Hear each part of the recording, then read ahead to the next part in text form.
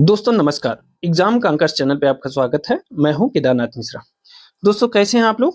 उम्मीद है बहुत अच्छे होंगे। दोस्तों आप लोगों के कमेंट को देखकर मन बहुत गदगद हो जाता है और मन करता है कि जितना अपने पास जो कुछ भी है ज़्यादा से ज़्यादा ऐसा पढ़ा दूं आपको कि जितना मैं पढ़ाऊं सारे प्रश्न उसी में से आ जाएं। लेकिन सबसे दुःख की बात तो ये है कि आज सुबह की वीडियो भी आपको नहीं मिल पाई, उसका मुझे बहुत खेद है। प्रयास करूँगा आगे से ऐसा ना हो। गैप होने का जो सबसे बड़ा कारण है दोस्तों, वो ये है कि जो मैटर है उसको तैयार करने में बहुत समय लगता है और चूँकि मैटर मैं व्यक्तिगत तैयार करता हूँ, इसलिए कोई भी ऐसा मैटर कहीं मतलब किसी से मैं तैयार नहीं करवा सकता, इसलिए उसमें थोड़ा-सा समय लगता है, ठीक है?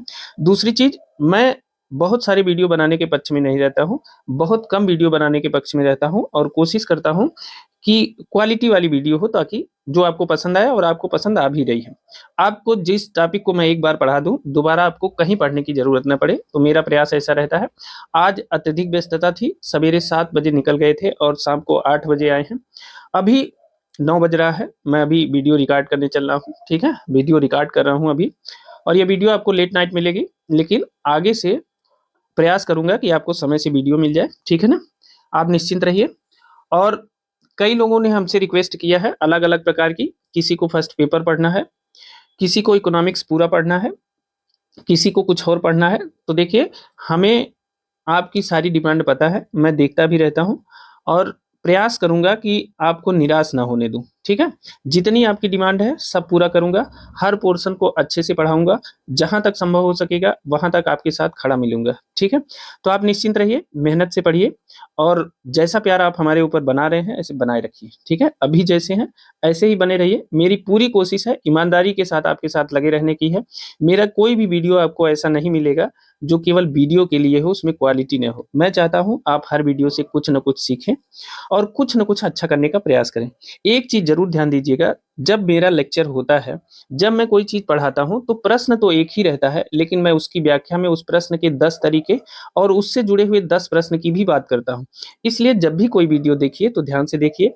हो सके तो कॉपी और पेन लेके बैठिए, उन चीज़ों को नोट किया करिए, ताकि जो फ्लो में बातें निकली हैं, उस बात को आप नोट कर लेंगे। वो कहीं न कहीं परीक्षा में आई हुई ही चीज़ें हैं, जिनकी चर्चा मैं हर प्रश्न के साथ करता हूँ, ठीक है?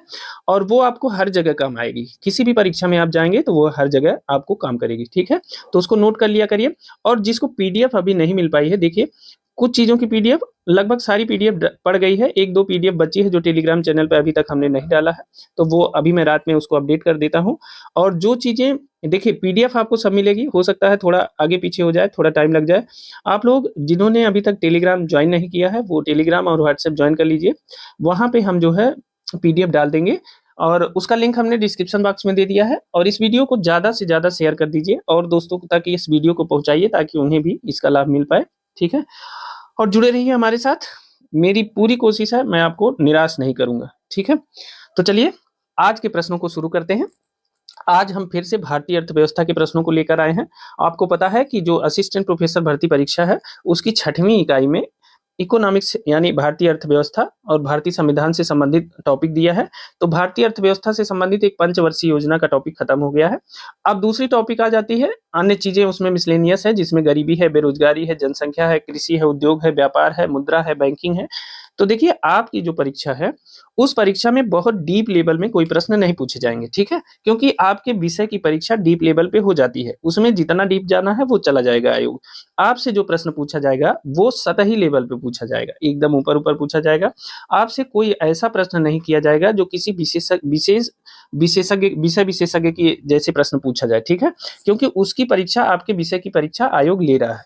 तो आप हर चीज़ को जीएस के लेवल पे पढ़िए, उतना ही पढ़िए जितनी आपको आवश्यकता है।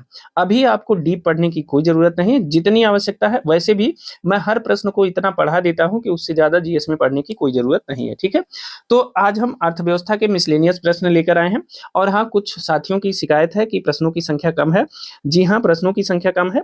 हम आपको जल्दी ही प्रश्नों की संख्या बढ़ाकर भी बताएंगे, ठीक है। लेकिन मेरी एक खराब आदत है कि मैं जब प्रश्नों को पढ़ाता हूं तो इतना डिटेल में पढ़ाता हूं कि जब मैं 50 प्रश्नों को सॉल्व कराऊंगा तो वो जानिए उसमें से हम कम से कम 200-300 प्रश्न पढ़ेंगे जब उसको मैं सॉल्व कराने लगूंगा, और वो 50 प्रश्न के जब 2 से 300 प्रश्न में वो कन्वर्सेशन होगा, कन्वर्ट होगा वो, तब ये वीडियो कितनी हो जाएगी, 2 घंटे, 3 घंटे, 4 घंटे की वीडियो हो जाएगी। क्योंकि मैं घंटों पे नहीं, क्वालिटी पे डिमांड मतलब डिपेंड रहता हूँ कि बढ़िया क्वालिटी निकल जाए, अच्छे प्रश्नों की जानकारी आपको हो जाए, या उस टॉपिक से संबंधित जितने प्रश्न आए हैं उन सारी की चर्चा हो जाए। इसलिए मैं प्रयास करता हूं कि थोड़ी सी अभी आपको जितना गेन कर सकें उतना ही पढ़ाऊं, जल्दबाजी नहीं है, ठीक है। और टाइम से सारी चीजें खत्म हो जाएंगी, आप निश्चिंत रहिए। मैं आपको सारी चीजें जितना आपके सिलेबस में है उन सभी चीजों को खत्म करूंगा और आपको उन सभी चीजों को पढ़ाऊंगा। कुछ लोगों ने बताया है कि जो पहला टॉपिक है उसको भी पढ़ने की बात है, तो उसको भी पढ़ाएंगे। और कुछ लोगों ने रीजनिंग की चर्चा की है, तो रीजनिंग के लिए भी हम व्यवस्था कर रहे हैं, लेकिन अभी रीजनिंग की क्लास नहीं चलने वाली है, ठीक है ना। तो चलिए, आज के जो प्रश्न है अर्थव्यवस्था से संबंधित है, और इसका मैक्सिमम पोर्शन आपका इससे कवर होगा। इसकी एक आध वीडियो और लाऊंगा, उससे ज्यादा वीडियो नहीं लाऊंगा। आप विषय पर ध्यान रखिए, अपने विषय पे पकड़ बनाए रखिए, और जीएस को हमारे साथ पढ़ते रहिए, ठीक है। पूरा दिन आपके लिए है, आपके विषय के लिए है, और जीएस के लिए घंटे 2 घंटे आप हमारे साथ पढ़िए। करंट अफेयर्स के जो प्रश्न हैं वो तैयार हो रहे हैं, आप निश्चिंत रहिए। करंट अफेयर्स के बहुत अच्छे कलेक्शन हम करेंगे और बहुत अच्छी वीडियो उसकी आपको उपलब्ध कराएंगे, ठीक है। तो करंट अफेयर्स के लिए बहुत भागने की जरूरत नहीं है, जल्दी ही हम आपको करंट अफेयर्स उपलब्ध कराएंगे, ठीक है। तो चलिए, आज के प्रश्नों की शुरुआत करते हैं। लेकिन कल हमने आपको क्या पढ़ाया था? कल हमने आपको पढ़ाया था पंचवर्षीय योजनाएं, ठीक है। क्या पढ़ाया था? पंचवर्षीय योजनाएं कल हमने पढ़ी थी, ठीक है। आप लोगों ने पसंद भी किया है पंचवर्षीय योजनाएं। तो देखिए, जितना बृहद स्तर पर हो सकता था उतना बृहद स्तर पर हमने पंचवर्षीय योजनाएं पढ़ ली है, ठीक है। अब आज की वीडियो को शुरू करने से पहले वही दो प्रश्न हैं आज के, जो हमने कल पंचवर्षीय योजनाओं में पढ़ाया था, उसमें से 2 प्रश्न हैं जिनके उत्तर आपको देने हैं, ठीक है। और ये जो प्रश्न हम क्विज के रूप में पूछते हैं, इन्हें आप नोट करते जाइएगा। हो सकता है ये प्रश्न वापस आपकी परीक्षा में पूछे जाए, क्योंकि हम ऐसे ही प्रश्नों का क्विज करते हैं, ठीक है। तो चलिए, आज के प्रश्नों की शुरुआत करते हैं। सबसे पहले क्विज के प्रश्न है। क्विज में 2 प्रश्न है। आपको पहला प्रश्न मैं दे रहा हूं क्विज का। पहला प्रश्न क्या है क्विज में? पहला प्रश्न है कि भारतीय खाद्य निगम क्या है? मैं यहां लिख देता हूं। पहला प्रश्न है भारतीय भारतीय खाद्य निगम। खाद्य निगम, इसे जो है एफसीआई यानी फूड कॉर्पोरेशन ऑफ इंडिया के नाम से भी जाना जाता है। भारतीय खाद्य निगम की स्थापना, भारतीय खाद्य निगम की स्थापना स्थापना किस पंचवर्षीय योजना में की गई? किस पंचवर्षीय योजना में, किस पंचवर्षीय योजना में, किस पंचवर्षीय योजना में की गई थी, ठीक है ना। तो आपको इस प्रश्न का जवाब देना है। देखिए, आपकी आसानी के लिए मैं बता देता हूं, ऑप्शन दे देता हूं। तो ऑप्शन ए है तीसरी तीसरी पंचवर्षीय योजना, ऑप्शन बी है चौथी पंचवर्षीय योजना, ऑप्शन सी है पांचवी पंचवर्षीय योजना। सी क्या है? पांचवी पंचवर्षीय योजना। और ऑप्शन डी है छठी पंचवर्षीय योजना। कौन सी? छठी पंचवर्षीय योजना। तो आपको बताना है कि भारतीय खाद्य निगम यानी एफसीआई की जो स्थापना है वह किस पंचवर्षीय योजना में की गई थी। आप इसका उत्तर दीजिएगा कमेंट बॉक्स में कमेंट करके। और हाँ, आप उत्तर देने में हिचकिचाइए नहीं, ठीक है। नहीं तो ये चीजें आपको बाद में परेशान कर सकती हैं कि ये प्रश्न आपके सामने से आया था और आप कंफ्यूजन में बने। तो आप कमेंट बॉक्स में कमेंट करिए, ठीक है। जरूर इसका आंसर दीजिए। एक दूसरा प्रश्न भी मैं आपसे पूछूंगा, ठीक है, क्योंकि कल पंचवर्षीय योजना में बहुत अच्छे प्रश्न आए थे। इसमें जो दूसरा प्रश्न है मुझे आपसे जो पूछना है, वो दूसरा प्रश्न है कि भारत में क्षेत्रीय ग्रामीण बैंकों की स्थापना, भारत में क्षेत्रीय ग्रामीण बैंकों की स्थापना किसकी? क्षेत्रीय ग्रामीण बैंकों की स्थापना, भारत में क्षेत्रीय ग्रामीण बैंकों की स्थापना, ठीक है। भारत में क्षेत्रीय ग्रामीण बैंकों की स्थापना किस पंचवर्षीय योजना में की गई थी? स्थापना किस पंचवर्षीय योजना में की गई थी? किस पंचवर्षीय योजना में की गई थी, यह बताना है आपको। किस पंचवर्षीय योजना में की गई थी? क्या है? क्षेत्रीय ग्रामीण बैंकों की स्थापना किस पंचवर्षीय योजना में की गई थी? आपको दूसरा प्रश्न इसका जवाब देना है। तो ऑप्शन दे देता हूं ताकि आपको बहुत दिमाग न दौड़ाना पड़े। चौथी पंचवर्षीय योजना, चौथी पंचवर्षीय योजना, पांचवी पंचवर्षीय योजना, क्या है? पांचवी पंचवर्षीय योजना, छठी पंचवर्षीय योजना। सी ऑप्शन क्या है? छठी पंचवर्षीय योजना। और डी ऑप्शन है सातवीं पंचवर्षीय योजना, ठीक है ना। तो आपको बताना है कि भारत में क्षेत्रीय ग्रामीण बैंकों की स्थापना किस पंचवर्षीय योजना के दौरान की गई थी? ठीक है, तो इन 2 प्रश्नों के जवाब आप हमें कमेंट बॉक्स में कमेंट करके जरूर बताइए। ठीक है, हमें प्रतीक्षा है आपके जवाब की। अब चलिए आज के प्रश्नों की शुरुआत करते हैं। देखिए, आज का जो पहला प्रश्न है वह है भारत में नियोजित अर्थव्यवस्था आधारित है। तो जो भारत की अर्थव्यवस्था है वो किस पर आधारित है? तो ऑप्शन ए है गांधीवादी व्यवस्था पर, ऑप्शन बी है समाजवादी व्यवस्था पर, ऑप्शन सी है पूंजीवादी व्यवस्था पर और ऑप्शन डी है मिश्रित अर्थव्यवस्था पर। तो जो भारत की अर्थव्यवस्था है वह किस पर आधारित है? इसको बताइए कि भारत की जो अर्थव्यवस्था है वह किस पर आधारित है? गांधीवादी पर, समाजवादी पर, पूंजीवादी पर या मिश्रित अर्थव्यवस्था पर?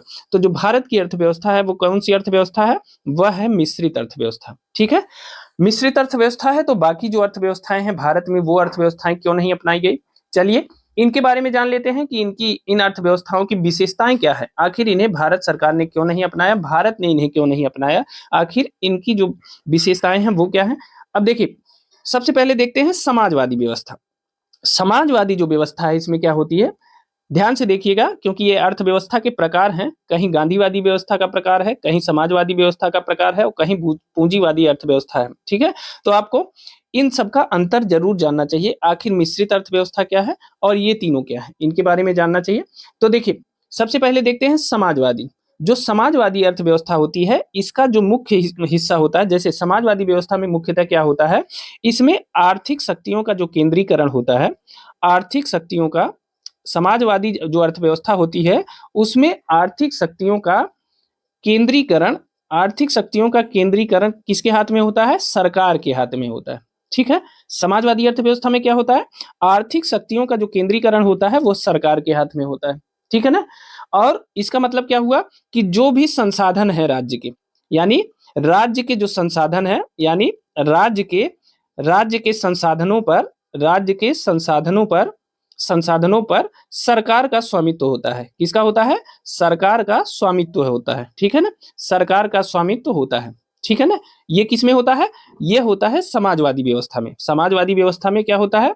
समाजवादी व्यवस्था में होता है कि आर्थिक शक्तियों का जो केंद्रीकरण होता है वह सरकार के हाथ में होता है, यानी जितने राज्य के संसाधन हैं वह सरकार के स्वामित्व में होता है, यानी सब पे सरकार का अधिकार होता है, सारी चीजें सरकारी होती हैं। ठीक है, अब आ जाते हैं पूंजीवादी व्यवस्था में। अब दूसरा है पूंजीवादी व्यवस्था। देखिए इसका कलर बदल लेते हैं, ये है पूंजीवादी व्यवस्था। अब आते हैं पूंजीवादी व्यवस्था में। पूंजीवादी व्यवस्था में क्या होता है? पूंजीवादी जो अर्थव्यवस्था होती है उसमें होता है कि इसमें जो बाजार होता है, बाजार को नियंत्रित करने में, बाजार को नियंत्रित करने में सरकार की कोई भूमिका नहीं होती। किसकी?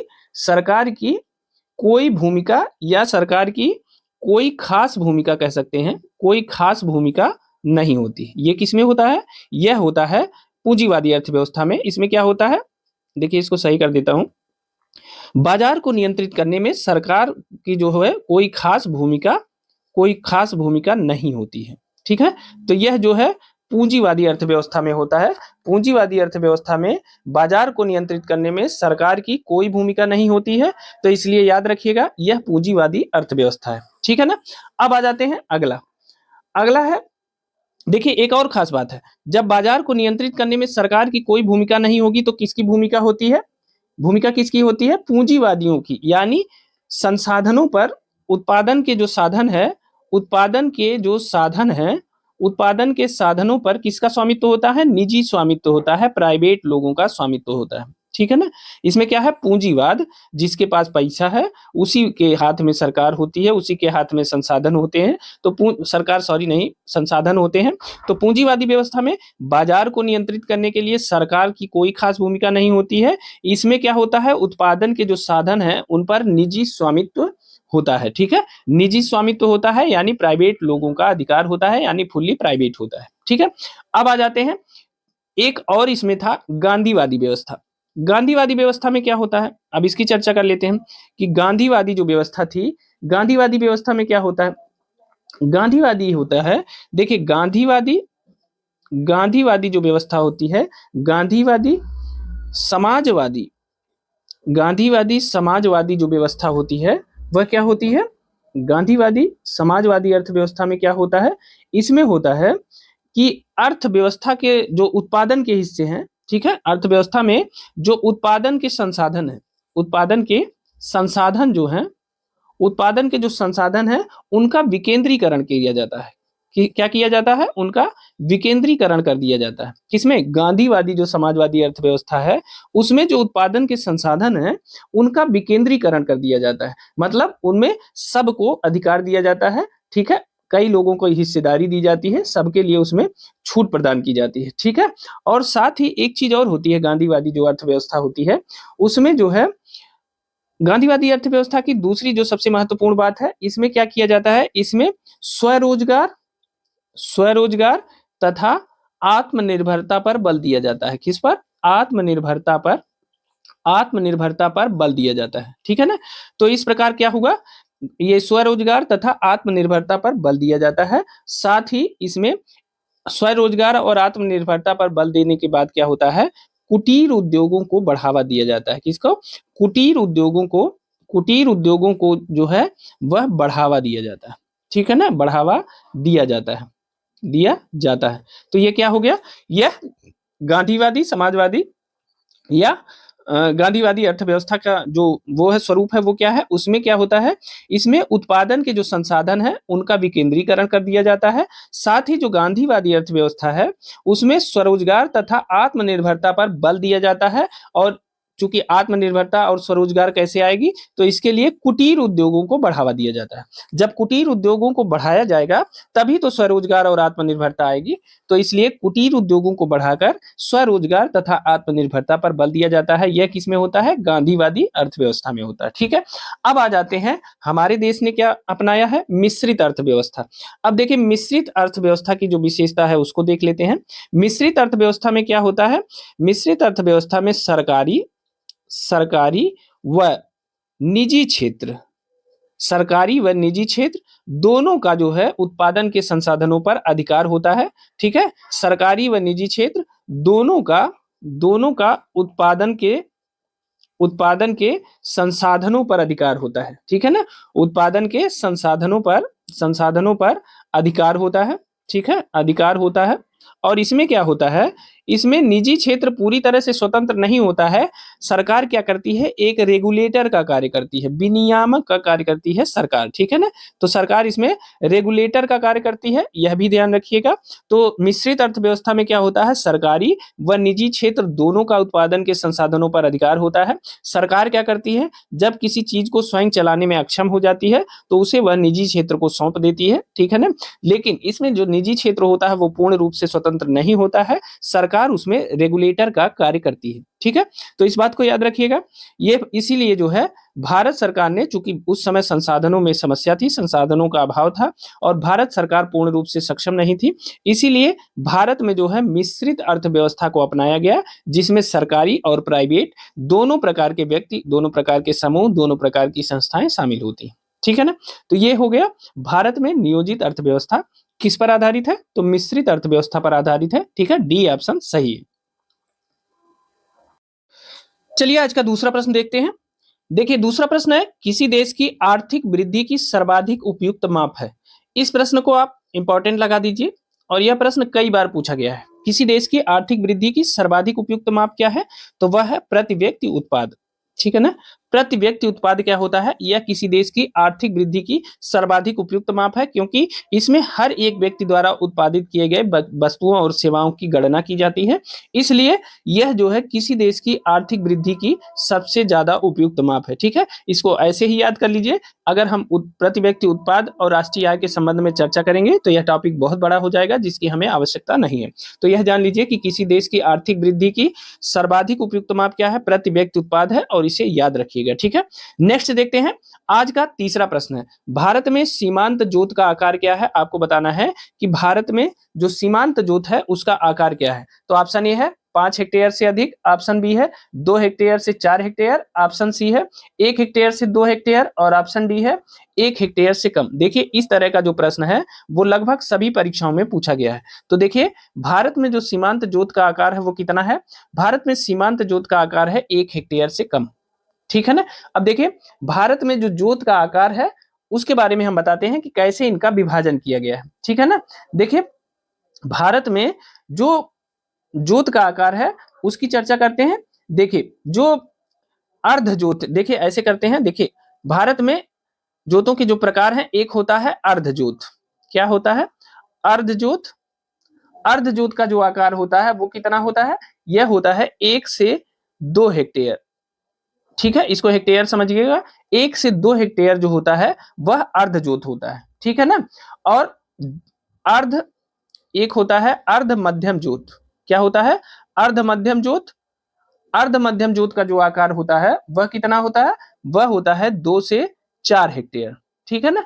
जो जोतों के प्रकार हैं उनकी चर्चा हम कर रहे हैं कि भारत में जो अर्ध जोत होता है उसको 1 से 2 हेक्टेयर के बीच रखते हैं, और जो अर्ध मध्यम जोत होती है भारत में वह 2 से 4 हेक्टेयर के बीच में होती है। ठीक है। उसके बाद आ जाता है मध्यम जोत। कौन सा आता है? मध्यम जोत। मध्यम जोत का जो आकार है वह क्या होता है? मध्यम जोत का जो आकार है वह होता है 4 से 10 हेक्टेयर। ठीक है ना। मध्यम जोत कितनी होती है? 4 से 10 हेक्टेयर। और इसके बाद आता है बृहद जोत। बृहद जोत का जो आकार होता है भारत में वह कितना होता है? 10 हेक्टेयर से अधिक। 10। बृहद जोत क्या होती है? बृहद जोत का जो आकार होता है 10 हेक्टेयर से अधिक, जो जिसके पास भूमि है उसे बृहद जोत कहते हैं। ठीक है ना। तो इस प्रकार जो है भारत में जो जोतों का प्रकार है वह है। और हाँ, जो भारत में सीमांत जोत, अब देखिए 1 से 2 हेक्टेयर जो है वह है अर्ध जोत। तो देखिए 1 हेक्टेयर सीमांत जोत क्या होती है? सीमांत जोत, सीमांत जोत का जो आकार होता है वह होता है 1 हेक्टेयर से कम। ठीक है ना। 1 हेक्टेयर से कम। जब आप परीक्षा देने जाते हैं तो यहाँ से जब प्रश्न पूछा जाता है तो 1 से 2 हेक्टेयर और 1 हेक्टेयर से कम में बहुत कंफ्यूजन क्रिएट हो जाती है। लेकिन एक बार क्या किया गया है, अभी अर्ध जोत के बारे में प्रश्न बनाया गया था। ठीक है ना। मैंने किसी परीक्षा में देखा है कि अभी सीमांत जोत को छोड़ करके अर्ध जोत के बारे में परीक्षा में प्रश्न बनाया गया था। तो आप जान लीजिए कि जो भारत में सीमांत जोत है, सीमांत जोत 1 हेक्टेयर से कम। अब देखिए जोत से क्या मतलब है? जिसके पास जितनी जमीन है, आसान भाषा में समझ लीजिए, जिसके पास जितनी जमीन है, भूमि है, ठीक है, उसे कहते हैं जोत। ठीक है। तो देखिए किसके पास कितनी लैंड होल्डिंग है उसे ही जोत कहते हैं। तो देखिए सीमांत जोत, 1 हेक्टेयर से कम भूमि जिसके पास है उसे सीमांत जोत कहते हैं। ठीक है ना। और 1 से 2 हेक्टेयर के बीच जिसके पास जमीन है उसे अर्ध जोत कहते हैं। 2 से 4 हेक्टेयर के बीच जिसके पास जमीन है उसे अर्ध मध्यम जोत कहते हैं। और 4 से 10 हेक्टेयर जमीन जिसके पास है उसे मध्यम जोत कहते हैं। और 10 हेक्टेयर से अधिक जमीन जिसके पास है उसे बृहद जोत कहते हैं। ठीक है। तो भारत में ये जोतों के प्रकार हैं, इन्हें याद रख लीजिएगा। देखिए सीमांत जोत और अर्ध जोत, आजकल इन दोनों से बहुत प्रश्न पूछे जा रहे हैं। इंपॉर्टेंट ये सभी हैं। अगर इनको आप याद नहीं कर पा रहे हैं तो इन दो को याद जरूर करिएगा, बाद में ट्रिक बना के इन्हें जोड़ लीजिएगा। ठीक है ना। तो भारत में जो सीमांत जोत का आकार है वो कितना है? 1 हेक्टेयर से कम, और यह बहुत इंपॉर्टेंट है। ठीक है ना। नेक्स्ट चलते हैं। आज का चौथा प्रश्न है, भारत में न्यूनतम समर्थन मूल्य का निर्धारण कौन करता है? आपको बताना है कि भारत में न्यूनतम समर्थन मूल्य का निर्धारण कौन करता है। तो ऑप्शन ए है कृषि लागत एवं मूल्य आयोग, ऑप्शन बी है कृषि मंत्रालय, ऑप्शन सी है वित्त आयोग, और ऑप्शन डी है नाबार्ड। तो बताइए, चूंकि न्यूनतम समर्थन मूल्य का जो मामला है वो हमेशा इस समय चर्चा में रहा है। जानते हैं कि आप पंजाब के किसानों ने जो है कई सालों से आंदोलन उठा रखा है इसके लिए, न्यूनतम समर्थन मूल्य के लिए। तो आप बताइए कि न्यूनतम समर्थन मूल्य का निर्धारण कौन करता है। ठीक है ना। तो देखिए भारत में न्यूनतम समर्थन मूल्य का निर्धारण कौन करता है? तो वह करता है कृषि लागत एवं मूल्य आयोग।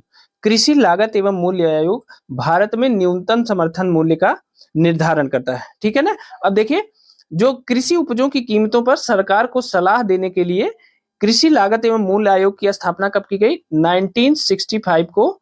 1965 में कृषि लागत एवं मूल्य आयोग, इसे कहते हैं CACP। ठीक है। CACP का मतलब क्या है? कमीशन फॉर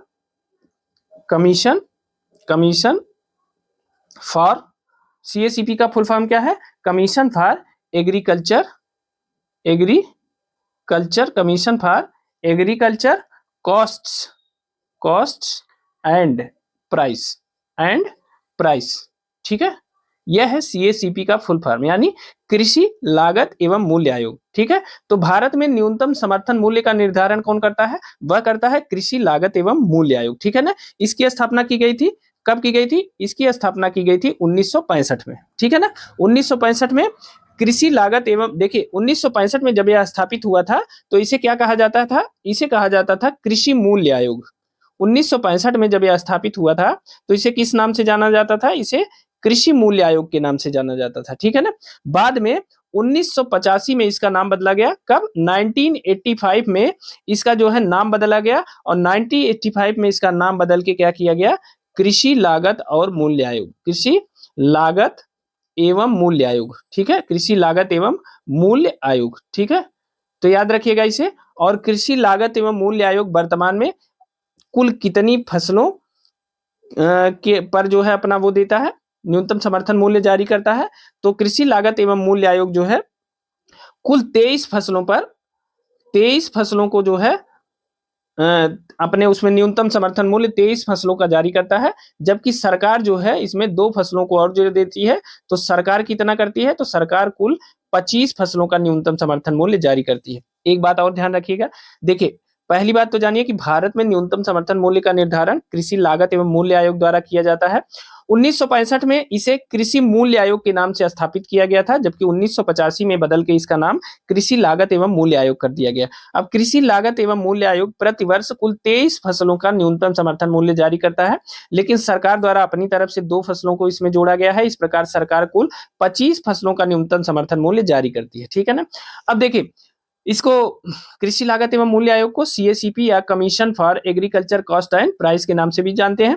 अब इसमें एक चीज और है, देखिए जो गन्ने का मूल्य जारी होता है, गन्ने का जो मूल्य जारी होता है, गन्ने का मूल्य, उसे न्यूनतम समर्थन मूल्य के नाम से नहीं जानते हैं।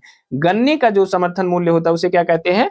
उचित उचित एवं लाभकारी मूल्य, ठीक है ना, उचित एवं लाभकारी मूल्य के नाम से जानते हैं जो गन्ने का मूल्य जारी किया जाता है। और इसे कहते हैं फेयर, इसे कहते हैं फेयर एंड रेमुनरेटिव। क्या कहते हैं? फेयर एंड रेमुनरेटिव, ठीक है, रेमुनरेटिव प्राइस, ठीक है, तो इसे कहते हैं FRP, ठीक है। तो देखिए इन फसलों के लिए MSP जारी होता है, ठीक है, MSP, और इन फसलों के लिए क्या जारी होता है? गन्ने के लिए FRP जारी होता है, ठीक है ना। तो यह प्रश्न पूछा जाता है कभी कभी, निम्नलिखित में से किस फसल के संबंध में MSP जारी नहीं किया जाता? तो गन्ने की फसल के संबंध में MSP जारी नहीं किया जाता। दूसरा जो इसमें प्रश्न आता है कि गन्ने का जो समर्थन मूल्य होता है उसे किस नाम से जानते हैं? तो उसे FRP के नाम से जानते हैं, फेयर एंड रिम्यूनरेटिव प्राइस के नाम से जानते हैं, या उसमें ऑप्शन रहता है उचित एवं लाभकारी मूल्य के नाम से जानते हैं, ठीक है। ये दोनों प्रश्न पूछे गए हैं, इसलिए इसे याद रखिएगा अलग अलग करके, ठीक है। गन्ने पे MSP नहीं जारी, FRP जारी किया जाता है गन्ने के लिए, जिसे उचित एवं लाभकारी मूल्य कहा जाता है, ठीक है ना। तो इसे याद रखिएगा दोस्तों, थोड़ा एडजस्ट करिएगा, बहुत थकान है इसलिए आपको हमारी आवाज में भी थोड़ी दिक्कत लग रही होगी, थोड़ा सा मैनेज करिएगा, बाकी चीजें मैं अच्छे से पढ़ा रहा हूँ, ठीक है ना। अब चलिए आज का 5वां प्रश्न देखते हैं, निम्नलिखित में से कौन सा एक भारतीय रिजर्व बैंक का कार्य नहीं है? ठीक है, तो आपको बताना है कि इसमें से कौन सा एक भारतीय रिजर्व बैंक का कार्य नहीं है। तो ऑप्शन ए है साख नियंत्रण, ऑप्शन बी है अनुसूचित वाणिज्यिक बैंकों की शिखर संस्था के रूप में, ऑप्शन सी है मौद्रिक नीति का निर्माण, और ऑप्शन डी है साख सृजन। तो बताइए इसमें से कौन भारतीय रिजर्व बैंक का कार्य नहीं है? तो इसमें से कौन सा भारतीय रिजर्व बैंक का कार्य नहीं है? जल्दी से आप अपने आंसर दीजिए। तो इसमें जो भारतीय रिजर्व बैंक का कार्य नहीं है वह है साख सृजन, ठीक है। साख सृजन का जो कार्य है वह भारतीय रिजर्व बैंक का कार्य नहीं है, ठीक है ना। साख सृजन का कार्य किसका है? साख सृजन का जो कार्य है वो भारतीय रिजर्व बैंक का नहीं है, यह जो है वाणिज्यिक बैंकों के द्वारा किया जाता है। साख सृजन किसके द्वारा किया जाता है? यह वाणिज्यिक बैंकों के द्वारा साख सृजन का कार्य किया जाता है, इस बात को याद रखिएगा। वाणिज्यिक बैंकों के द्वारा साख सृजन का कार्य किया जाता है, इस बात को याद रखिएगा। भारतीय रिजर्व बैंक का कार्य यह नहीं है, ठीक है। अब जब यहाँ तक आ ही गए हैं तो थोड़ा रिजर्व बैंक के बारे में थोड़ा सा जान लेते हैं। देखिए भारतीय रिजर्व बैंक क्या है? एक केंद्रीय बैंक है, आप जानते हैं भारतीय रिजर्व बैंक क्या है। भारतीय रिजर्व बैंक भारत का प्रमुख केंद्रीय बैंक है, ठीक है ना। और भारतीय रिजर्व बैंक की स्थापना कब हुई थी? भारतीय रिजर्व बैंक की स्थापना हुई थी 1 अप्रैल 1935 को भारतीय रिजर्व बैंक की स्थापना हुई थी, ठीक है ना। तो इस बात को याद रखिएगा। इसका मुख्यालय कहाँ है? भारतीय रिजर्व बैंक का मुख्यालय कहाँ है? तो यह है महाराष्ट्र में, ठीक है। भारतीय रिजर्व बैंक का मुख्यालय कहाँ है? महाराष्ट्र में है, महाराष्ट्र। इसको जो है भारतीय रिजर्व बैंक का मुख्यालय कहाँ है? मुंबई महाराष्ट्र में है, ठीक है, तो इसे याद रखिएगा। भारतीय रिजर्व बैंक का मुख्यालय मुंबई महाराष्ट्र में है। और इसका राष्ट्रीयकरण कब किया गया? भारतीय रिजर्व बैंक का राष्ट्रीयकरण कब किया गया? तो यह किया गया 1 जनवरी 1949 को। भारतीय रिजर्व बैंक का राष्ट्रीयकरण कब किया गया? तो 1 जनवरी 1949 को भारतीय रिजर्व बैंक का राष्ट्रीयकरण किया गया। ठीक है ना। इसकी स्थापना किसके तहत हुई थी? तो भारतीय रिजर्व बैंक की जो स्थापना हुई थी वह जो है reserve bank of India act, reserve bank of India act, reserve bank of India act 1934 के तहत इसकी स्थापना की गई थी। किसकी? रिजर्व बैंक की स्थापना की गई थी। ठीक है, तो इसे याद रखिएगा। जो भारतीय रिजर्व बैंक है इसके बारे में मोटा मोटी कि वाणिज्यिक बैंकों की स्थापना 1 अप्रैल 1935 को हुई थी। इसका मुख्यालय मुंबई महाराष्ट्र में है। और इसका राष्ट्रीयकरण कब किया गया? तो 1 जनवरी 1949 को भारतीय रिजर्व बैंक का राष्ट्रीयकरण किया गया। और इसे किस एक्ट, किस अधिनियम के द्वारा स्थापित किया गया? तो reserve bank of India act 1934 के द्वारा भारतीय रिजर्व बैंक की स्थापना की गई। ठीक है ना। अब देखिए भारतीय रिजर्व बैंक के संबंध में कुछ प्रमुख कार्यों को देख लेते हैं। यह भारत का एक प्रमुख केंद्रीय बैंक है। तो ये क्या करता है? यह मौद्रिक नीति का संचालन करता है। देखिए प्रमुख कार्य देख लेते हैं भारतीय रिजर्व बैंक के प्रमुख कार्य। ठीक है, तो इसमें देखते हैं। देखिए ये क्या करता है? यह जो है मौद्रिक नीति का संचालन करता है। क्या करता है? मौद्रिक नीति का, देश में मौद्रिक नीति का संचालन करता है। इस बात को याद रखिएगा। दूसरा क्या है? साख नियंत्रण। क्या है? साख नियंत्रण का कार्य करता है। ठीक है ना। साख नियंत्रण का कार्य करता है। साख नियंत्रण का कार्य करता है। ठीक है, इस बात को याद रखिएगा। देखिए साख नियंत्रण तो इसमें सही है, लेकिन साख सृजन का कार्य नहीं करता है। इस बात को याद रखिएगा, यही अंतर है, इसीलिए वह डी ऑप्शन गलत है। तीसरा कार्य क्या करता है? तीसरा कार्य जो करता है यह जो है मुद्रा जारी करता है। भारत में मुद्रा जारी करने वाला बैंक है ये। ठीक है, मुद्रा जारी करता है। ठीक है, मुद्राएं जारी करता है। और क्या करता है भारतीय रिजर्व बैंक? और जो है बैंकों के बैंक के रूप में इसे कहा जाता है। यह प्रश्न पूछा जाता है कि बैंकों के बैंक के रूप में किसे जाना जाता है? तो बैंकों के बैंक के रूप में किसे जानते हैं? तो भारतीय रिजर्व बैंक को बैंकों के बैंक के रूप में जानते हैं। इस बात को याद रखिएगा। बैंकों के बैंक के रूप में किसे जानते हैं? तो भारतीय रिजर्व बैंक को बैंकों के बैंक के रूप में जानते हैं। ठीक है ना। साथ ही भारतीय बैंकिंग एवं वित्तीय व्यवस्था को विनियमित करता है। किसको? बैंकिंग भारतीय बैंकिंग एवं वित्तीय व्यवस्था को विनियमित करता है, रेगुलेट करता है। ठीक है, विनियमित करता है। इस बात को याद रखिएगा। ठीक है, विनियमित करता है, इस बात को भी याद रखिएगा। ठीक है, सरकार का बैंकर है ये। एक और इंपॉर्टेंट चीज, विदेशी मुद्रा का संरक्षण भी यही करता है। क्या करता है? विदेशी मुद्रा का संरक्षण भी यही करता है। ठीक है ना, तो इसे भी याद रखिएगा। साथ ही विदेशी विनिमय दर को यह नियमन करता है। क्या करता है? विदेशी विनिमय दर का नियमन करता है। ठीक है, विनिमय दर का नियमन करता है। कौन करता है? आरबीआई करता है। ठीक है, तो देखिए आरबीआई के बहुत से सारे काम हैं, आप उसको एक बार पढ़ लीजिएगा, इस टॉपिक को ही पढ़ लीजिएगा आरबीआई के संबंध में। देखिए हमें जो जानना था वो ये था ऑप्शन में कि निम्नलिखित में से कौन भारतीय रिजर्व बैंक का कार्य नहीं है? तो साख सृजन का कार्य भारतीय रिजर्व बैंक का नहीं है, जबकि साख नियंत्रण का कार्य भारतीय रिजर्व बैंक का है। इन दोनों में अंतर रखिएगा। ठीक है, इन दोनों में अंतर रखिएगा, कंफ्यूज मत होइएगा। ठीक है ना। बाकी रिजर्व बैंक के बारे में हमने इतनी चीजें बताई, आप इसे नोट भी कर सकते हैं। ठीक है, चलिए छठे प्रश्न की तरफ चलते हैं। आज का हमारा छठा प्रश्न है हिंदू वृद्धि दर। क्या है? हिंदू वृद्धि दर किस वृद्धि दर से संबंधित है? हिंदू वृद्धि दर का संबंध किससे है? आपको यह बताना है। ऑप्शन ए है प्रति व्यक्ति आय, ऑप्शन बी है राष्ट्रीय आय, ऑप्शन सी है जनसंख्या, ऑप्शन डी है साक्षरता। तो बताइए हिंदू वृद्धि दर का संबंध किससे है? तो हिंदू वृद्धि दर का जो संबंध है वह किससे है? वह है राष्ट्रीय आय से। ठीक है, हिंदू वृद्धि दर का जो संबंध है वह किससे है? बी ऑप्शन सही है, हिंदू वृद्धि दर का संबंध है राष्ट्रीय आय से। ठीक है ना। अब देखिए हिंदू वृद्धि दर किससे संबंधित है? राष्ट्रीय आय से संबंधित है। तो हिंदू वृद्धि दर ये शब्द आया कहां से? तो देखिए एक नाम है, याद रखिएगा आज से, क्योंकि इनके बारे में बहुत पूछा जाता है। प्रोफेसर राजकृष्ण। क्या है? प्रोफेसर राजकृष्ण। ठीक है, प्रोफेसर राजकृष्ण ने 1981 में अमेरिका इकोनॉमिक एसोसिएशन, किसमें? अमेरिकन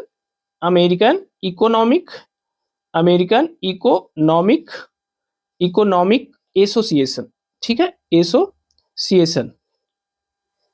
ठीक है, प्रोफेसर राजकृष्ण ने 1981 में अमेरिकन इकोनॉमिक एसोसिएशन में एक मतलब भाषण देते हुए, बोलते हुए हिंदू वृद्धि दर शब्द का प्रयोग किया था। किसका?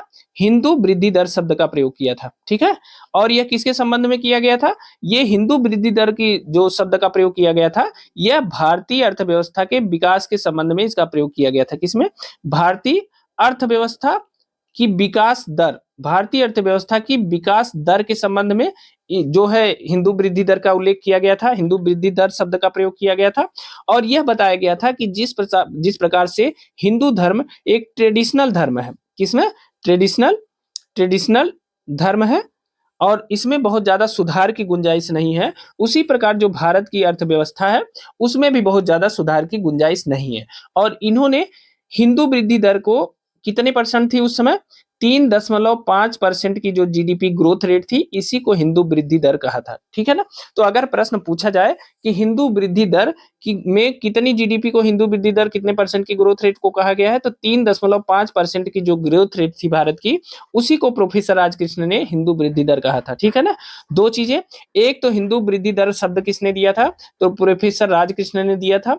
दूसरा, हिंदू वृद्धि दर का जो संबंध है वो किससे है? तो वह राष्ट्रीय आय से इसका संबंध है। और तीसरा, कितने परसेंट की जीडीपी ग्रोथ को हिंदू वृद्धि दर कहा गया? तो 3.5% की जीडीपी वृद्धि दर को हिंदू वृद्धि दर की संज्ञा दी गई। ठीक है ना? अब देखिए, हिंदू धर्म को ये लोग क्या कहते हैं? लोग कहते हैं कि यह ट्रेडिशनल धर्म है। अरे आज तक भारतीयों ने जब कहा कि आप जैविक चीजों का उपयोग करिए, जैविक खादों का प्रयोग करिए, रसायन का प्रयोग नहीं करिए, तो दुनिया के देशों ने भारत को पिछड़ा कहा। ठीक है ना? आज क्या है? दुनिया के वही देश जैविक खाद की जगह छोड़ दीजिए, वह जो है सीधे गोबर खाने पे उतारू हैं। वो दुनिया भर में प्रचार कर रहे हैं कि गोबर वाली खाद चाहिए, और आगे चल के आप देखिएगा कि ये अभी गोबर खा रहे हैं ना, कल को ये गोमूत्र भी ये लेबल लगा के बेचेंगे। ठीक है, ऐसी सिचुएशन आ जाएगी। तो आप जानिए कि जैविक उत्पादों के लिए भारत हमेशा समर्थित रहा है। भारत में हमेशा गाय के गोबर, भैंस के गोबर, मतलब जानवर पशुओं के जो गोबर से उससे जैविक खाद बनाई जाती थी, उससे कृषि क्षेत्रों में उत्पादन कार्य किया जाता था। लेकिन रासायनिक खाद के आने से विभिन्न देशों ने भारत की आलोचना की, या मान लिया कि ट्रेडिशनल है, उसमें कोई ग्रोथ नहीं है। लेकिन आज की सिचुएशन क्या है? फिर से चूंकि रसायन जो है हमारे फूड चेन में आ गया है। किस में आ गया है? फूड चेन में आ गया है रसायन। ठीक है, उर्वरक हमारे फूड चेन में आ गया है, इसीलिए कैंसर जैसी बीमारियां सर्दी जुकाम की तरह हो रही हैं, लगातार लोगों को हो रही हैं, जिसका अभी तक कोई संभव इलाज नहीं ढूंढा जा सका है। और फिर से दुनिया जैविक खेती की तरफ बढ़ने के लिए अग्रसर है, जैविक खेती की तरफ। ठीक है ना? जैविक खेती की तरफ अग्रसर है। इसी प्रकार जो भारत की ग्रोथ रेट थी वो 3.5% को हिंदू वृद्धि दर कहा गया। लेकिन वर्तमान में जो भारत की ग्रोथ रेट है, आप बताइए, दुनिया में भारत सबसे तेज गति से ग्रोथ कर रहा है। ठीक है ना? दुनिया में वर्तमान में भारत सबसे तेज गति से ग्रोथ कर रहा है। ठीक है, तो इस बात को याद रखिएगा। इसी संबंध में हमने यह गोबर का उदाहरण दिया कि तत्काल कुछ भी कह दीजिए, लेकिन भारत ऐसा नहीं है। भारत इतना ट्रेडिशनल भी नहीं है, वह अपने मूल्यों को छोड़ता नहीं है। ठीक है ना? लेकिन नए मूल्यों को ग्रहण भी करता है। ठीक, तो इसे याद रखिएगा। नेक्स्ट देखते हैं, आज का हमारा 7वां प्रश्न है, गेहूं की सिंचाई हेतु अतिक्रांतिक अवस्था क्या है? आप बताइए कि गेहूं की सिंचाई के लिए सबसे क्रांतिक अवस्था क्या है, मतलब सबसे सही टाइम क्या है? तो पहला है ताज निकलने की अवस्था, दूसरा है किल्ले निकलने की अवस्था, तीसरा है बूट की अवस्था, और चौथा है संधि की अवस्था। तो आपको बताना है कि गेहूं की सिंचाई के लिए सबसे जो क्रांतिक अवस्था है वह कौन सी है? तो देखिए, कौन सा ऑप्शन? देखिए, गेहूं में जो ताज निकलने की अवस्था है, अगर इसको शुद्ध हिंदी में कहूं, देसी में फुनगी जिसे कहते हैं। ठीक है, फुनगी जो निकलने की या ताज निकलने की जो अवस्था है, वही गेहूं की सिंचाई की क्रांतिक अवस्था है। ठीक है ना? उस समय सिंचाई कर देने पर गेहूं का बहुत तेजी से विकास होता है। ठीक है, तो गेहूं की सिंचाई के लिए अति क्रांतिक अवस्था क्या है? वह है ताज निकलने की अवस्था। ठीक है, चलिए 8वें प्रश्न की तरफ चलते हैं। भारत में फसल बीमा योजना का शुभारंभ कब से शुरू किया गया? ठीक है, भारत में फसल बीमा योजना की शुरुआत कब से हुई? तो ऑप्शन ए है 1945 में, ऑप्शन बी है 1980 में, ऑप्शन सी है 1985 में, और ऑप्शन डी है 1988 में। तो बताइए, भारत में फसल बीमा योजना की शुरुआत कब से की गई? तो देखिए, भारत में जो फसल बीमा योजना है, इसकी शुरुआत सबसे पहले कब की गई थी? 1985 में। ठीक है, भारत में फसल बीमा योजना की शुरुआत की गई थी 1985 में, और 1 अप्रैल 1985 को, 1 अप्रैल 1985 को केंद्र सरकार द्वारा एक योजना लाई की गई। 1 अप्रैल 1985 को, इस समय क्या था? खरीफ फसल के समय से खरीफ फसल के समय से फसल बीमा योजना की शुरुआत की गई। इसी समय क्या हुआ, भारत सरकार द्वारा एक योजना शुरू की गई। उस योजना का नाम था CCIS। कौन सी योजना? CCIS। ठीक है, इसे क्या कहते हैं? कंप्रीहेंसिव। ठीक है, CCIS का मतलब कंप्रीहेंसिव क्रॉप इंश्योरेंस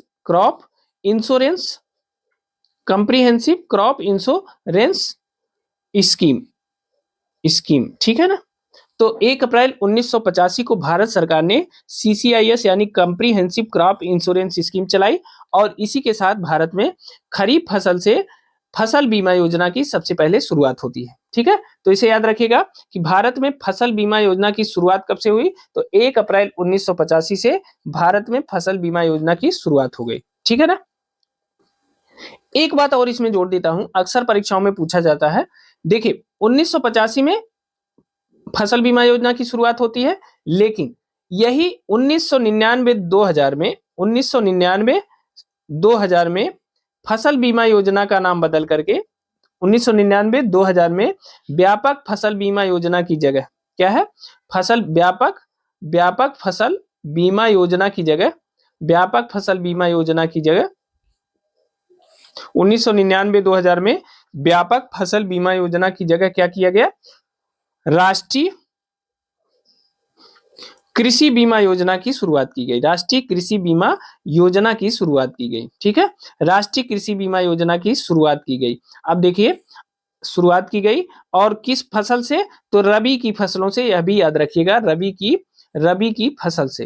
रबी की फसल से राष्ट्रीय कृषि बीमा योजना की शुरुआत की गई। अब देखिए यहां से प्रश्न पूछा जाता है कि भारत में राष्ट्रीय कृषि बीमा योजना की शुरुआत कब की गई? तो वर्ष 1999-2000 में भारत में राष्ट्रीय कृषि बीमा योजना की शुरुआत की गई। इस बात को याद रखिएगा। देखिए भारत में सबसे पहले फसल बीमा योजना कब आई? तो भारत में सबसे पहले फसल बीमा योजना 1 अप्रैल 1985 को खरीफ की फसल से आई। ठीक है ना।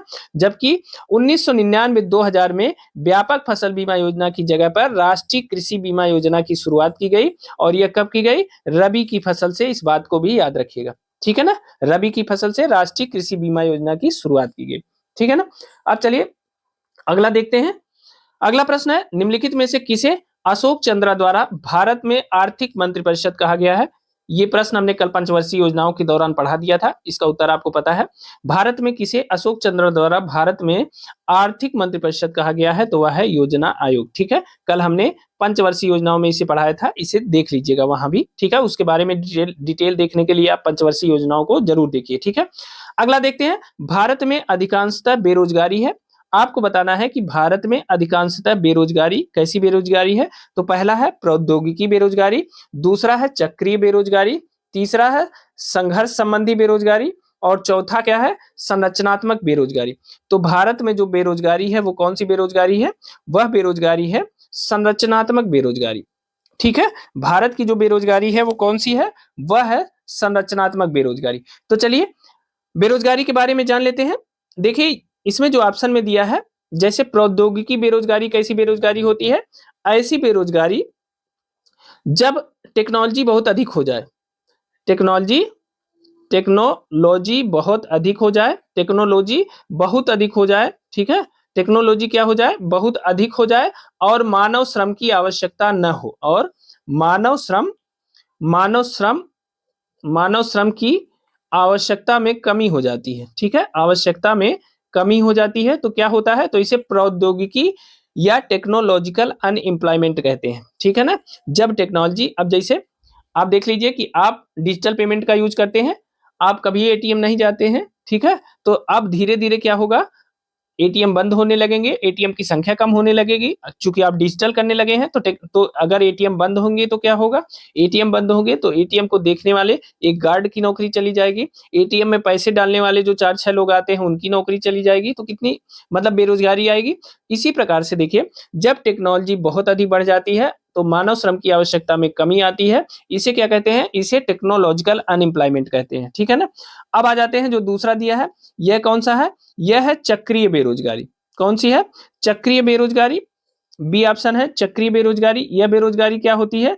इसमें जो है एक बार क्या होता है कि जब डिमांड बहुत ज़्यादा होती है तो ढेर सारे कर्मचारियों को कंपनी कंपनी में आवश्यकता होती है, तो ढेर सारे कर्मचारियों को वह कंपनी हायर कर लेती है, ठीक है ना? और जब जो है मंदी की सिचुएशन आती है तो कंपनी क्या करती है, उन कर्मचारियों को निकाल देती है, ठीक है ना?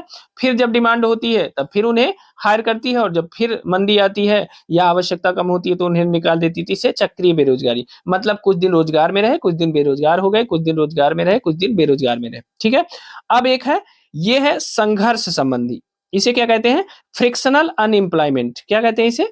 इसे कहते हैं फ्रिक्शनल फ्रिक्शनल अनएम्प्लॉयमेंट, अनएम्प्लॉयमेंट कहते हैं, फ्रिक्शनल अनएम्प्लॉयमेंट के नाम से इसे जानते हैं। इसे संघर्ष संबंधी बेरोजगारी कहते हैं, ठीक है? या इसे घर्षणात्मक बेरोजगारी भी कह सकते हैं। इसमें क्या होता है?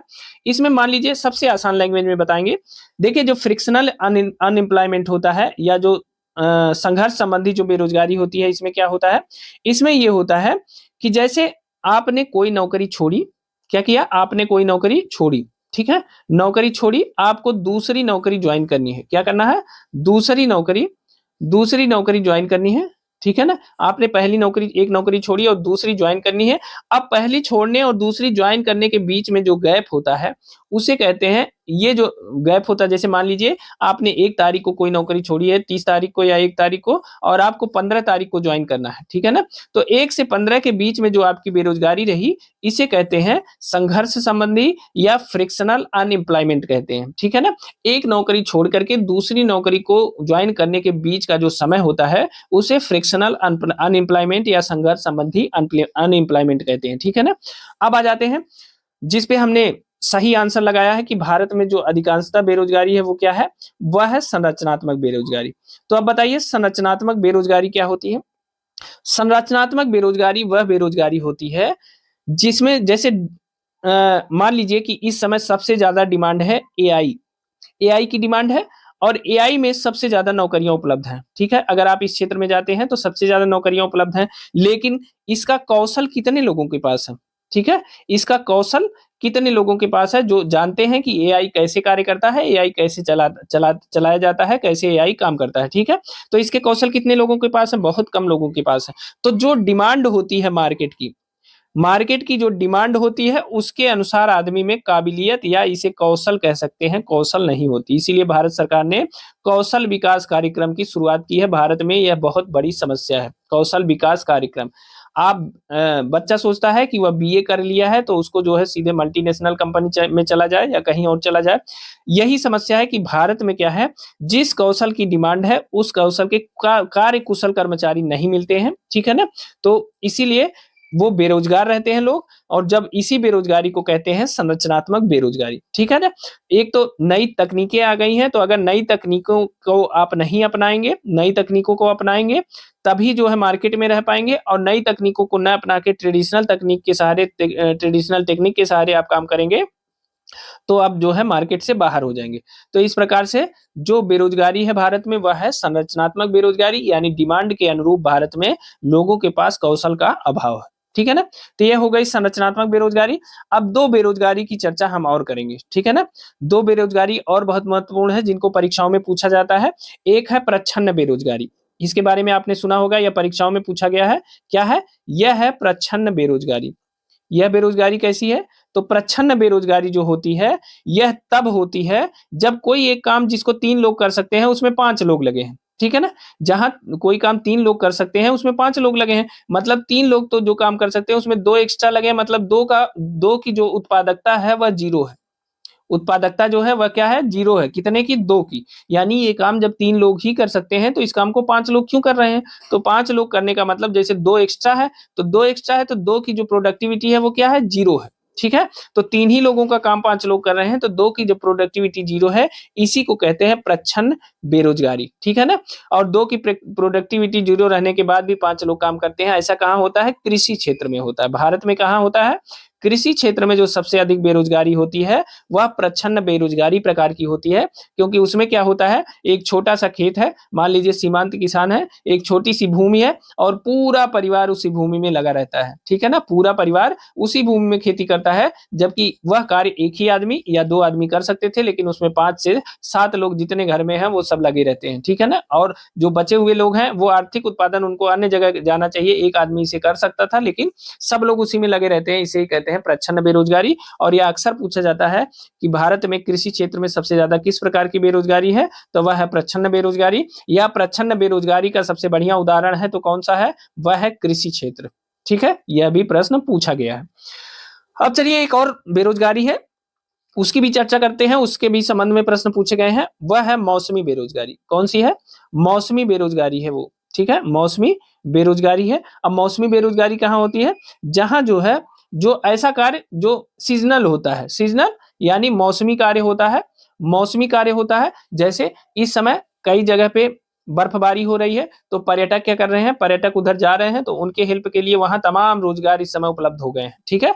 तो जो मौसम के अनुसार होता है, मौसमी कार्य जो होता है उसे मौसमी बेरोजगारी कहते हैं। जब मौसम समाप्त हो जाता है तो यह लोग जो अभी कार्य में लगे होते हैं यह बेरोजगार हो जाते हैं, इसे ही कहते हैं मौसमी बेरोजगारी, ठीक है ना। इसमें कौन कौन सा आता है, जैसे कृषि क्षेत्र आता है, कृषि क्षेत्र में भी ऐसा होता है, साथ ही पर्यटन क्षेत्र में तो बड़े स्तर पे ऐसा होता है, ठीक है ना। तो यह होता है मौसमी बेरोजगारी। तो दोस्तों ये थी बेरोजगारी के ये जो प्रकार हमने बताए, ये बहुत महत्वपूर्ण है, सिर्फ इतने की आपको जरूरत है, बहुत ज्यादा बेरोजगारी की डिटेल जानने की जरूरत नहीं है। क्योंकि इसमें से क्या हुआ है, जैसे प्रच्छन्न बेरोजगारी, मौसमी बेरोजगारी और जो है इसमें जो संरचनात्मक बेरोजगारी इत्यादि से संबंधित प्रश्न पूछे जा चुके हैं, इसीलिए हमने केवल उन्हीं प्रश्नों को इसमें शामिल किया है, ठीक है ना। चलिए नेक्स्ट देखते हैं। आज का 11वां प्रश्न है, निम्नलिखित में से कौन सा भारत में भूमि सुधार का हिस्सा नहीं है। आपको बताना है कि इनमें से कौन सा भारत में भूमि सुधार का हिस्सा नहीं है। तो देखिए, जमींदारी प्रथा का उन्मूलन यह है भारत में भूमि सुधार का हिस्सा। भूमि जोतों की अधिकतम सीमा का निर्धारण, बिल्कुल आजादी के बाद जो है भूमि जोतों के अधिकतम सीमा के निर्धारण और जमींदारी प्रथा का उन्मूलन और काश्तकारी सुधार, यह तीनों कार्य किए गए, ठीक है, ताकि भूमि का जो वितरण है वह कायदे से हो पाए और सबके पास कुछ ना कुछ भूमि पहुंच जाए, ठीक है। तो इसलिए जो बहुफसली योजना है, बहुफसली योजना का जो संबंध है वह भारत में भूमि सुधार का हिस्सा नहीं है, ठीक है। तो डी ऑप्शन सही है। क्या है, बहुफसली योजना जो है यह भारत में भूमि सुधार का हिस्सा नहीं है। बाकी अन्य तीनों क्या है, यह भूमि सुधार का हिस्सा है, ठीक है ना। चलिए अगला प्रश्न देखते हैं। आज का 12वां प्रश्न है, मेक इन इंडिया कार्यक्रम आरंभ किया गया था। आपको बताना है कि मेक इन इंडिया कार्यक्रम का आरंभ कब किया गया था। तो देखिए, प्रधानमंत्री नरेंद्र मोदी द्वारा मेक इन इंडिया कार्यक्रम का जो आरंभ किया गया था वह किया गया था सितंबर 2014 में। सितंबर मतलब 25 सितंबर 2014 को मेक इन इंडिया कार्यक्रम की शुरुआत की गई थी। और इसका उद्देश्य क्या था, जो मेक इन इंडिया कार्यक्रम है इसका उद्देश्य क्या था, देश को वैश्विक विनिर्माण हब बनाना। क्या बनाना, वैश्विक विनिर्माण हब बनाना, विनिर्माण हब बनाना, ठीक है ना। तो मेक इन इंडिया जो कार्यक्रम था उसका उद्देश्य क्या था, उस देखिए मेक इन इंडिया कार्यक्रम का आरंभ 25 सितंबर 2014 को किया गया। इसका उद्देश्य था देश को वैश्विक विनिर्माण हब बनाना, ठीक है ना, यह याद रखिएगा, देश को वैश्विक विनिर्माण हब बनाना, साथ ही रोजगार के अवसर बढ़ाना, स्वदेशी उत्पादन नवाचार को प्रोत्साहित करना, बहुत से इसके उद्देश्य थे, ठीक है ना। और एक चीज और इसमें याद रखिएगा कि जो मेक इन इंडिया कार्यक्रम थे इसके अंतर्गत कितने क्षेत्रों को प्राथमिकता दी गई थी। यह प्रश्न पूछा जा सकता है, अभी तक कभी नहीं पूछा गया है कि मेक इन इंडिया कार्यक्रम के तहत कितने क्षेत्रों को प्राथमिक क्षेत्र में रखा गया था। कुल 25 क्षेत्रों को प्राथमिकता दी गई थी, इस बात को याद रखिएगा। क्षेत्रों की चर्चा नहीं करेंगे क्योंकि उनका उपयोग आपके लिए नहीं है।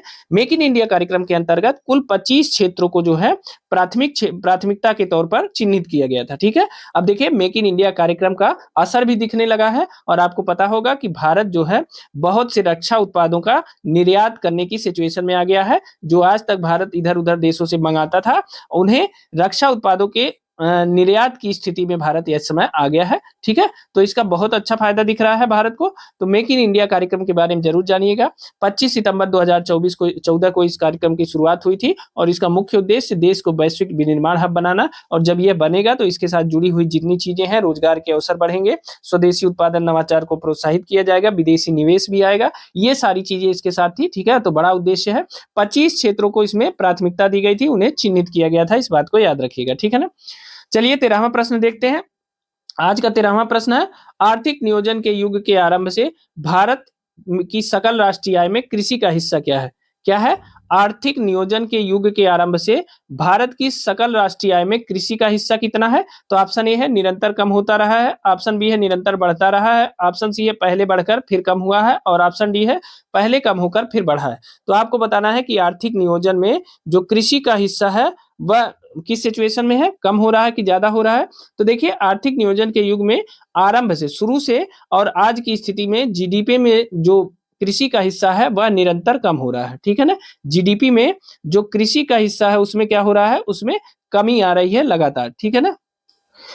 देखिए जब 1950-51 जब 1950-51 में जो जीडीपी में कृषि का जो योगदान था, 1950-51 में जीडीपी में जो कृषि का योगदान था वो कितना था? लगभग 53%, 53.1% था 1950-51 में जीडीपी में कृषि का योगदान, ठीक है। और इस समय अगर देखें तो 2023-24 में इस समय कृषि का योगदान कितना है? 2023-24 में जो कृषि का योगदान है जीडीपी में वो कितना है? लगभग 18%, ठीक है ना। तो इस बात को याद रखिएगा कि आर्थिक नियोजन के युग के आरंभ से भारत की सकल राष्ट्रीय आय में जो कृषि का हिस्सा है वह निरंतर कम होता गया है, ठीक है ना। 1950-51 में 53% से घटकर वर्तमान में 2023-24 के 18% तक आ गई है। तो इस बात को याद रखिएगा, ठीक है। नेक्स्ट देखते हैं, सामुदायिक विकास कार्यक्रम कब लागू किया गया? देखिए इस प्रश्न की चर्चा हमने कल पंचवर्षीय योजनाओं में एक बृहद स्तर पे की थी, तो इसके लिए आप पंचवर्षीय योजनाओं को देख लीजिए जिसकी वीडियो हमने कल ही अपलोड की थी। सामुदायिक विकास कार्यक्रम कब लागू किया गया था? तो सामुदायिक विकास कार्यक्रम 2 अक्टूबर 1952 को लागू किया गया था और इसके बारे में डिटेल जानने के लिए आप पंचवर्षीय योजनाओं वाला वीडियो जरूर देख लीजिए, ठीक है। तो सी ऑप्शन सही है। अगला देखते हैं, निम्नलिखित में से कौन भारतीय रिजर्व बैंक का गवर्नर नहीं रहा? आपको बताना है कि इनमें से कौन भारतीय रिजर्व बैंक का गवर्नर नहीं रहा। तो ऑप्शन ए है मनमोहन सिंह, ऑप्शन बी है सी रंगराजन, ऑप्शन सी है बिमल जालान और ऑप्शन डी है राजा चिलैया। आपको बताना है कि इनमें से कौन भारतीय रिजर्व बैंक का गवर्नर नहीं रहा। तो देखिए इसमें डी ऑप्शन सही है, राजा जे चिलैया कभी भारतीय रिजर्व बैंक के गवर्नर नहीं रहे। बाकी तीन लोग रिजर्व बैंक के गवर्नर रहे हैं। देखिए कार्यकाल इनका देख लेते हैं।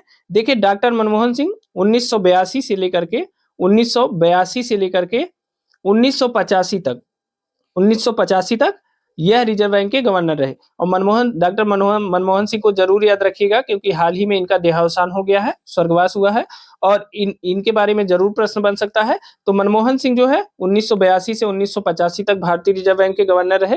फिर आ जाते हैं बिमल जालान। बिमल जालान जो है ये कब से कब तक रहे? यह रहे 1997 से 2003 तक। 1997 से 2003 तक जो है बिमल जालान रिजर्व बैंक के गवर्नर रहे। और उसके बाद आ जाते हैं सी रंगराजन। सी रंगराजन का जो कार्यकाल था वो कितना था? 1992 से 1997 तक सी रंगराजन रिजर्व बैंक के गवर्नर रहे, ठीक है ना। तो इन तीनों तथ्यों को याद रखिएगा, जबकि राजा जे चिलैया रिजर्व बैंक के गवर्नर नहीं रहे, ठीक है। तो इसे याद रखिएगा कि भारतीय रिजर्व बैंक के जो गवर्नर थे वो कौन कौन से? डॉक्टर मनमोहन सिंह, सी रंगराजन और बिमल जालान, ठीक है ना। नेक्स्ट देखते हैं, 16वां प्रश्न है, राष्ट्रीय विकास परिषद का गठन जिस तिथि को हुआ? राष्ट्रीय विकास परिषद का गठन किस तिथि को हुआ था? देखिए इसके बारे में कल हमने वीडियो बनाई थी पंचवर्षीय योजनाओं की, उसको जरूर देख लीजिएगा। 6 अगस्त 1952 को राष्ट्रीय विकास परिषद का गठन किया गया था, ठीक है ना। योजनाओं में राज्यों की हिस्सेदारी को समन्वित करने के लिए राष्ट्रीय विकास परिषद का गठन किया गया था और 6 अगस्त 1952 को इनका गठन किया गया था। पंचवर्षीय योजनाओं वाली वीडियो में हमने सारा डिटेल में बताया है, उसे जरूर देख लीजिएगा, ठीक है ना। अगला देख लेते हैं, 17वां प्रश्न है, निम्न में से किस राज्य में अनुसूचित जाति के लोगों की संख्या सबसे अधिक है? आपको बताना है कि इनमें से किस राज्य में अनुसूचित जाति के लोगों की संख्या सबसे अधिक है। तो ऑप्शन ए है बिहार, ऑप्शन बी है पश्चिम बंगाल, ऑप्शन ए है बिहार, ऑप्शन बी है पश्चिम बंगाल, ऑप्शन सी है उत्तर प्रदेश और ऑप्शन डी है पंजाब। तो आप बताइए कि निम्नलिखित में से किस राज्य में अनुसूचित जाति के लोगों की संख्या सबसे ज्यादा है? तो देखिए जनगणना 2011 के अनुसार उत्तर प्रदेश में अनुसूचित जाति के लोगों की संख्या सबसे अधिक है और यह बहुत इंपॉर्टेंट प्रश्न है, यह कई बार पूछा गया है। इसे जरूर याद रखिएगा कि किस राज्य में अनुसूचित जाति के लोगों की संख्या सबसे अधिक है? तो उत्तर प्रदेश में अनुसूचित जाति के लोगों की संख्या सबसे अधिक है, इसे भी याद रखिएगा, ठीक है ना। नेक्स्ट देखते हैं, इरडा। इरडा को क्या कहते हैं? IRDA। IRDA क्या है? ठीक है, IRDA का सबसे पहले फुल फॉर्म देख लेते हैं कि IRDA का फुल फॉर्म क्या है। देखिए IRDA का जो फुल फॉर्म है वो क्या है, insurance regulatory insurance regulatory and development insurance regulatory and development authority, ठीक है, अथॉरिटी। यह जो है IRDA का फुल फॉर्म है, ठीक है ना। तो IRDA किसका निगमन करती है, तो देखिए इसमें क्या आया, इसके फुल फॉर्म में क्या है, इंश्योरेंस रेगुलेटरी यानी बीमा विनियामक एवं विकास प्राधिकरण। तो IRDA का जो नियमन है वो किसका नियमन करती है, बीमा कंपनियों का, ठीक है ना। तो IRDA का क्या कार्य है, यह बीमा कंपनियों का नियमन करती है, इसे याद रखिएगा। IRDA क्या है, IRDA बीमा कंपनियों का नियमन करती है, ठीक है ना। तो IRDA मतलब IRDA का जो फुल फॉर्म है वो क्या है, insurance regulatory and development authority है, और यह क्या है, यह बीमा कंपनियों का नियमन करती है, ठीक है ना। इसे IRDA एक्ट 1900 IRDA एक्ट, ठीक है, IRDA एक्ट 1999 के द्वारा जो है इसे स्थापित किया गया है, इस बात को भी याद रखिएगा, ठीक है ना। चलिए नेक्स्ट देखते हैं। आज का 19वां प्रश्न है, बेटी बचाओ बेटी पढ़ाओ योजना को भारत में प्रारंभ किया गया था। अब बताइए कि बेटी बचाओ बेटी पढ़ाओ योजना को भारत में कब प्रारंभ किया गया था। तो देखिए जनवरी 2015 में बेटी बचाओ बेटी पढ़ाओ योजना की शुरुआत जो है 22 जनवरी 2015 को 22 जनवरी 2015 को पानीपत कहाँ है, हरियाणा में है, ठीक है ना। 2 जनवरी 2015 को पानीपत हरियाणा से प्रधानमंत्री नरेंद्र मोदी ने इसकी शुरुआत की थी। प्रधानमंत्री नरेंद्र मोदी ने इसकी शुरुआत की थी। नरेंद्र मोदी ने बेटी बचाओ बेटी पढ़ाओ नरेंद्र मोदी ने शुरुआत की थी, ठीक है ना। बेटी बचाओ बेटी पढ़ाओ योजना को 22 जनवरी 2015 को प्रधानमंत्री नरेंद्र मोदी जी ने शुरू किया था, ठीक है ना। इसे याद रखिएगा, यह बहुत इंपॉर्टेंट है, ठीक है ना। इसका उद्देश्य क्या था, इसका उद्देश्य था कन्या भ्रूण हत्या को रोकना। इसका उद्देश्य बता देते हैं, बेटी बचाओ बेटी पढ़ाओ योजना का उद्देश्य क्या था, कन्या भ्रूण हत्या को रोकना। क्या था, कन्या भ्रूण हत्या को रोकना, कन्या भ्रूण हत्या को रोकना, कन्या भ्रूण हत्या को रोकना, ठीक है ना। तथा तथा बेटियों की सुरक्षा एवं उनकी शिक्षा को सुरक्षा एवं शिक्षा को सुनिश्चित कराना है, ठीक है ना, कराना है। किसका उद्देश्य, बेटी बचाओ बेटी पढ़ाओ का, ठीक है ना। तो इसे याद रखिएगा, बहुत इंपॉर्टेंट है, ठीक है ना। अगला 20वां और आज का आखिरी प्रश्न देखते हैं। निम्नलिखित में से किस राज्य का लिंगानुपात राष्ट्रीय औसत से ऊपर है। आपको बताना है कि इनमें से किसका लिंगानुपात राष्ट्रीय औसत से ऊपर है। ऑप्शन ए है गुजरात, ऑप्शन बी है झारखंड, ऑप्शन सी है महाराष्ट्र और ऑप्शन डी है मध्य प्रदेश, ठीक है ना। तो क्या है, गुजरात नंबर 1 पे है, नंबर 2 पे झारखंड, नंबर 3 पे महाराष्ट्र और नंबर 4 पे मध्य प्रदेश। आपको बताना है कि इनमें से किसका लिंगानुपात राष्ट्रीय औसत से ऊपर है। अब बताइए इनमें से किस राज्य का लिंगानुपात राष्ट्रीय औसत से ऊपर है। तो पहले देखिए सबका लिंगानुपात जान लेते हैं। जैसे गुजरात का कितना है, 919 है, झारखंड का कितना है, 949 है, महाराष्ट्र का लिंगानुपात कितना है, 929 है, और मध्य प्रदेश का लिंगानुपात कितना है, यह है 931, ठीक है ना। तो आपको बताना है कि किस राज्य का लिंगानुपात राष्ट्रीय औसत से ऊपर है। इसके लिए आपको जानना चाहिए कि इस समय जो भारत में राष्ट्रीय औसत कितना है लिंगानुपात का, तो 943 है, ठीक है ना। तो 943 जो राष्ट्रीय औसत है लिंगानुपात का भारत के, उसमें जो है किस राज्य का लिंगानुपात इससे अधिक है, तो देखिए झारखंड का जो लिंगानुपात है इनमें से वह राष्ट्रीय औसत से ऊपर है, ठीक है ना। ये जो 4 राज्य हैं, गुजरात, झारखंड, महाराष्ट्र और मध्य प्रदेश, इन 4 राज्यों में झारखंड का जो लिंगानुपात है वह राष्ट्रीय औसत से ऊपर है, ठीक है।